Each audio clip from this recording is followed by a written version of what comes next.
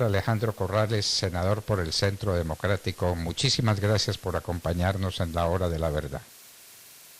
A usted, doctor Fernando, a Ademar, a la Tata, a toda la mesa de trabajo, el agradecimiento como siempre, la invitación a que en esta mañana sigamos disfrutando de un muy buen café colombiano, que es lo mejor y lo más bonito que tenemos en este país. Como siempre, el agradecimiento caluroso y cafetero desde acá, desde estas tierras que quieren tanto, no solamente la región, sino que quieren y defienden a todo el país desde ese gremio cafetero. A eso sí, no se le olvide. No se preocupe, sin el cafecito no nos quedamos. Algunos que madrugamos ya no lo tomamos. Falta mucho todavía. Mucha persona que no se ha desayunado y que se va a desayunar con una taza del mejor café que hay en el mundo. Muchísimas gracias, senador Corrales. Queridos amigos, se está diciendo que ahora va a haber un cambio de estrategia y de relaciones de los Estados Unidos contra Cuba. Relajando es la expresión que muchos utilizan, los mecanismos de presión que tiene el gobierno de los Estados Unidos para hacer de Cuba, por fin, después de más de 60 años, un país democrático, un país libre, un país como deben ser todos los del mundo. Don Julio Schilling, muy buenos días.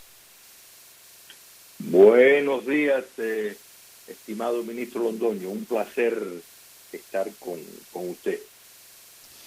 Bueno, pues un placer para nosotros y cuéntenos qué es esto que está pasando con Cuba y qué es lo que proponen los Estados Unidos con ese país tiránico, con ese país que lleva más de 60 años sufriendo lo indecible por tratar de alcanzar libertad, democracia plena, vigencia de los derechos humanos y de los derechos civiles. ¿Qué es lo que está pasando, don Julio? Lo que está pasando es una ejecución que está manchando el honor de los Estados Unidos. Esto es una contradicción total con la postura que los Estados Unidos está tomando ante la agresión rusa en Ucrania.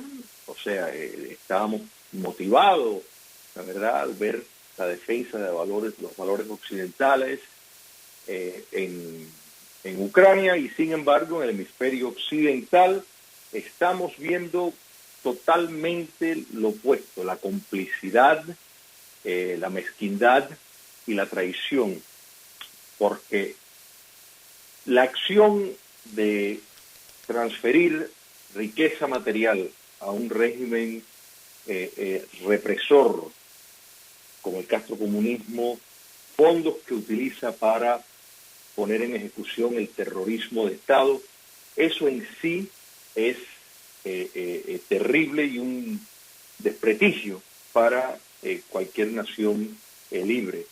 Pero cuando se hace en medio de una de las medidas más draconianas de condenas, donde se están condenando a personas a 30 años de cárcel por simplemente hacer lo que en cualquier país con un gobierno civilizado puede llevar a cabo, que es la manifestación de sus derechos naturales, no estamos hablando de derechos convencionales, derechos naturales, en medio de la aprobación de un nuevo código penal. Y no es que una dictadura como la castrocomunista ha necesitado ni se ha limitado por lo que dicen sus leyes. No, la legalidad socialista existe para justificar la barbarie, pero ellos han añadido 37 nuevos delitos, han añadido 23 nuevos cargos que conducen a la pena de muerte por fusilamiento. Están criminalizando el ofender a un alto funcionario de la dictadura. El mandar un mensaje por un dispositivo alertando de que hay una protesta te puede valer una condena de hasta 10 años de presidio. O sea, repito, estos crímenes de lesa humanidad lo han estado cometiendo sin necesitar nada de ninguna legalidad, pero lo hacen para validar para legitimar la barbarie que están cometiendo. O sea que en medio de todo esto, en medio de la reformulación de un código de familia donde responsabilicen a los padres por lo que hacen los hijos. En otras palabras, si un menor de edad va a protestar, va a expresarse públicamente su descontento con una dictadura de más de 63 años, los padres son responsabilizados. La idea es convertir a los padres en represores de sus hijos, en cómplices de un sistema oprobioso. Entonces, en medio de todo esto,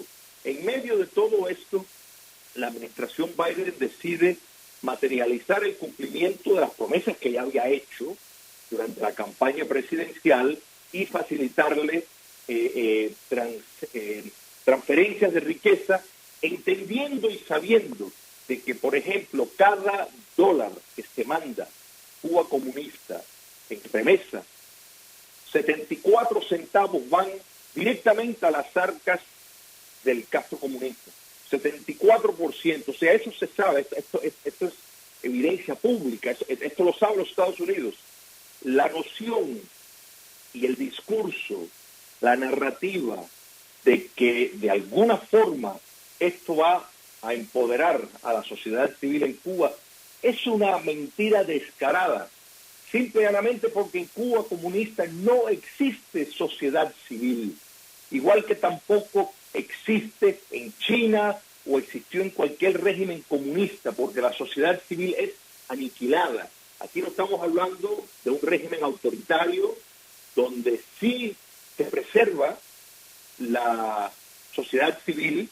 Por eso, en casos de dictaduras autoritarias que tienen una diferencia cualitativa extraordinaria, ahí sí hay espacios por medio del acercamiento comercial que se puede eventualmente desembocar en democracia. Tenemos a Corea del Sur, a Taiwán como ejemplos históricos de países que fueron regímenes autoritarios y transitaron a democracia. Eso no es el caso de regímenes totalitarios. China y Vietnam es prueba de eso para cualquiera que tenga dudas de cómo el acercamiento comercial y la transferencia de riqueza de un país a otro solo fortalece a un régimen de dominación total. De modo de que no hay evidencia empírica que pueda avalar que esto, de alguna forma, beneficia al pueblo de Cuba. Quien único beneficia es a la dictadura comunista que está en el poder en Cuba desde 1959.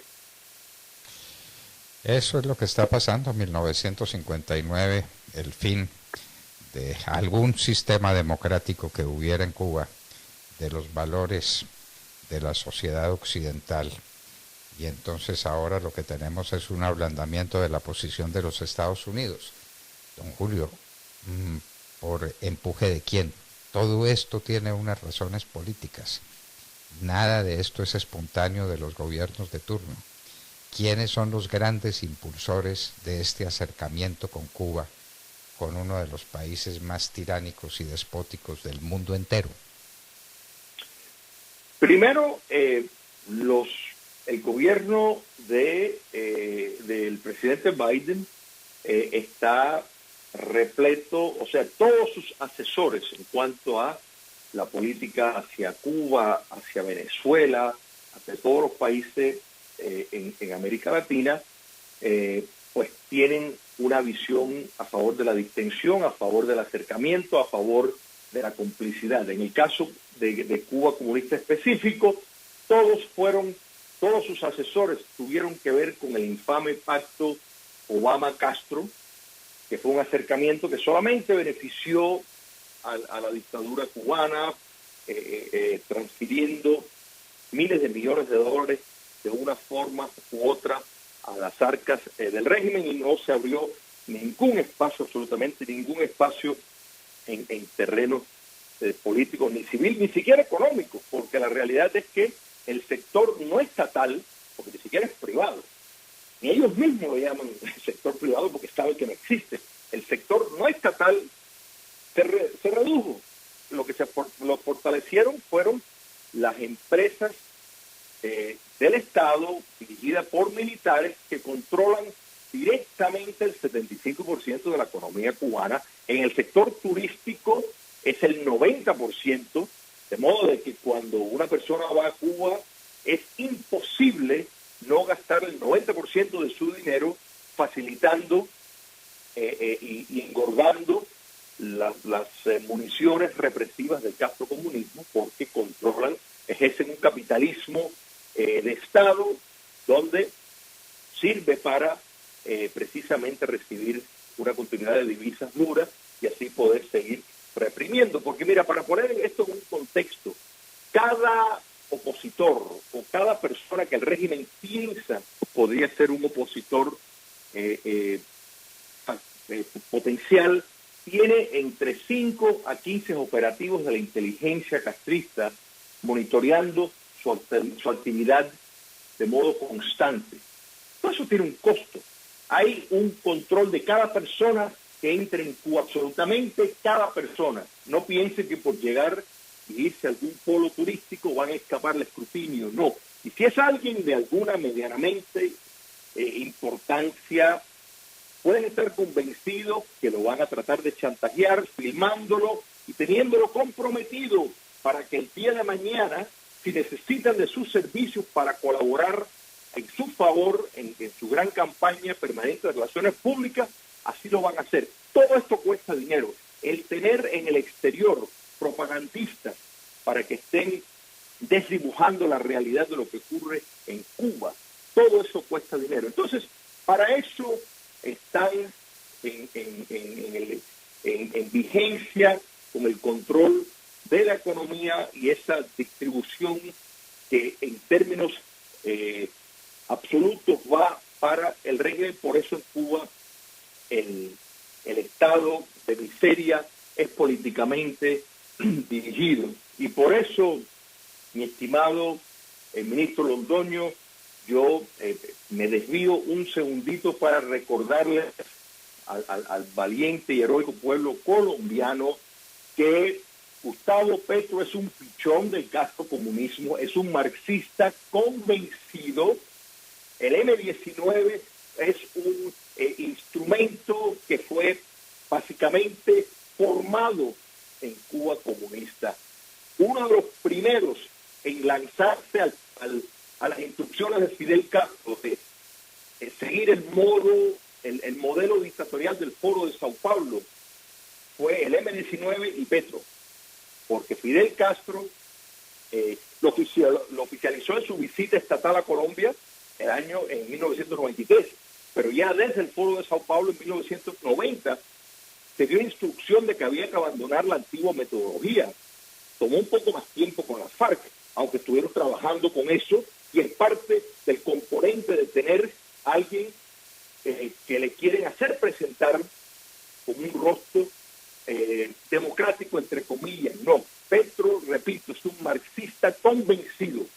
No se dejen engatusar porque las consecuencias son brutales. Una vez que llegan al poder, para sacarlos, para liberarse de esto, cuesta enormemente. Cuesta enormemente, señores. Alguien decía que una y otra cosa es un honor que cuesta. Esto es una tragedia que cuesta mucho dinero, y uno no comprende cómo el gobierno de los Estados Unidos, de la nación más demócrata del mundo, de la nación que es el faro de luz en las tinieblas de la violación de los derechos humanos y de los derechos de la persona humana, puede estar apoyando un régimen despótico dictatorial como el régimen cubano.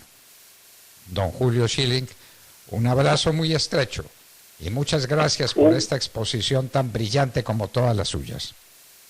Un fuerte abrazo, ministro Londoño, y siempre a vuestra disposición. Un placer siempre. Julio Schilling. Él es un cubano-americano, politólogo, escritor, director de Patria de Martí, columnista de El American. Es autor de, comillas, Dictadura y sus paradigmas y democratización en Cuba. ¿Cuál democratización? En Cuba no hay democratización y probablemente no la haya si se siguen presentando hechos tan lamentables como este del apoyo de cierto sector del gobierno de los Estados Unidos a este régimen dictatorial y despótico. Julio Schilling estaba con nosotros en la hora de la verdad.